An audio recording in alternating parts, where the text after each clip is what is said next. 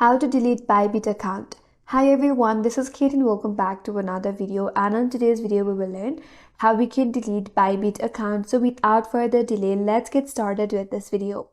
First of all, launch your Bybit application in your mobile device and make sure that you're logged in with your preferred account.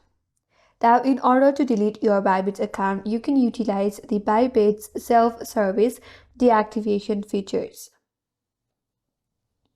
So once you're on your home page, navigate to your profile icon in the top left corner. Once you're here, again tap on the security option. Under security, you have to scroll all the way to the end and then tap on account setting. Here you have an option for deactivate an account.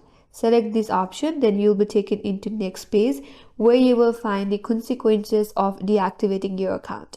There, make sure you read all of the information, and once you have read all of your information, tap on continue. Here, once you deactivate your account, you will not be able to re-log in back. So keep in mind of all of the consequences that you have read recently, then tap on continue. Then you will be asked to enter or choose a reason for the deactivation. Then select the reason. Once you have selected your reason, all you have to do is tap on deactivate this account, then confirm by tapping on confirm. And with that, now your account is deactivated.